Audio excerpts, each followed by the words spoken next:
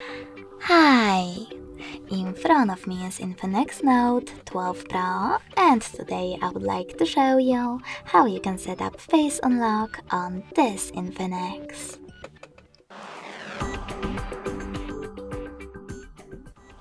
Firstly, open Settings and scroll down. Then choose Security. Following that, scroll down again and tap on Face Unlock. Now enter your login method. Choose Enroll Face. Read the disclaimer and choose Next after 5 seconds.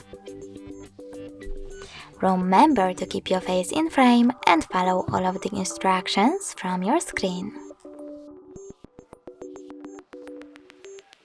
Now tap on the best option for you and click on Done. When I switch off my screen and switch it back on, as you can see, Face Unlock is working properly.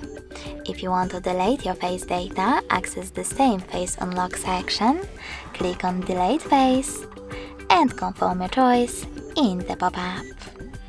Thanks so much for watching. If you enjoyed this video, leave a like, comment and subscribe.